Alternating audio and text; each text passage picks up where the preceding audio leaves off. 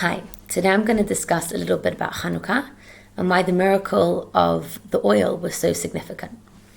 If we look in Gemara Masechet Shabbat, Daf Kaf Aleph Amud Aleph, we find what seems to be a very simple and straightforward question.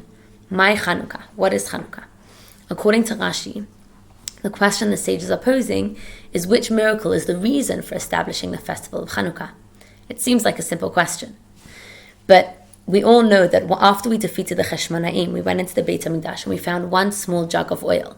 That oil should have lasted for 1 day, but it lasted for 8 days. That seems to be the miracle. Yet on Hanukkah we say Al Nisim, where we learn that the Greeks tried to take away our Torah. But what happened? Hashem performed miracles and we defeated them. Masalta Giborim Be'ad Chalashim, Verabim Be'ad Me'atim, Urshaim Be'ad Tzadikim, Utmeim Be'ad Taorim. We see that seems to be the greater miracle. We defeated them. If we look at the story of Yosef, we find a very interesting event that happened. After Yosef was thrown into the pit, he was then taken out and sold to the Ishmaelim. The merchants from that region were traditionally transporting foul-smelling goods. But Chazal point out that was strange, that they were carrying sweet-smelling goods. Why is that? HaKadosh Baruch Hu ensured that the incense that was being carried was so that Yosef could smell sweet-smelling smells. Now, if we look at what Yosef was going through at that point in his life, he was separated from his father. He was hated by his brothers.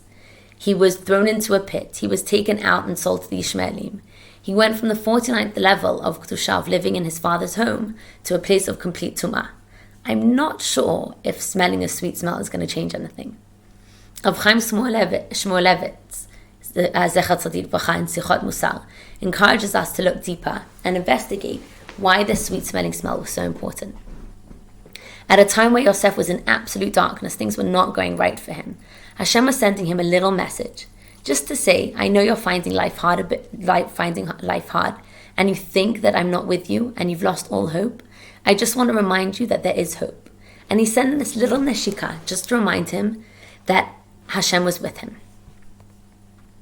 If we look as well at the story of David and Goliath, David killed Goliath by aiming at his forehead. And normally a person would fall backwards. But Hashem changed the course of nature and caused Goliath to fall forward. And that is in order so that David didn't have to walk the length of Goliath, who was a giant, in order to take his head off. Now, David could have done that. It wasn't such an issue. But Hashem was sending him a message that I am right by your side. I'm giving you this little neshika just to make your life that little bit easier. And we have the similar situation with Avraham. Hashem tells Avraham, look at the land, look at the place around you. Turn north, south, east, west. This whole land is yours. What did Hashem do? Hashem didn't need Avraham. He didn't ask Avraham to turn and rotate his head. But rather Hashem showed Avraham the whole land without moving, so that he could see the whole land as a whole, which is much more powerful than seeing it fragmented. Again, Hashem didn't have to go above and beyond, but he performed these little miracles to show us that he loves us, that he wants a relationship with us, that he wants to make our life that little bit easier. The miracle of Hanukkah was indeed the fact that we defeated our enemies, despite the size of our army or the little strength that we had.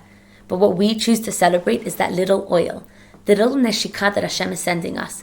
It wasn't such a problem. Okay, so we didn't have oil, then we would get it and it would take a long time.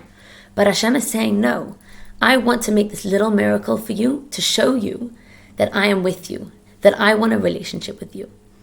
These miracles were not merely about survival, but about revealing to us that Hashem wants this personal, intimate, and loving relationship. Especially now, during these really daunting times and chaotic times, it's so important that we open up our eyes and look around us and look for those little neshikot Hashem. Look for the times that Hashem is just making our life that little bit easier.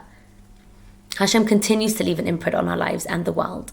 And we just need to open our eyes and see those little neshikot Hashem. Thank you. Chodesh Tov and Chanukah Sameach.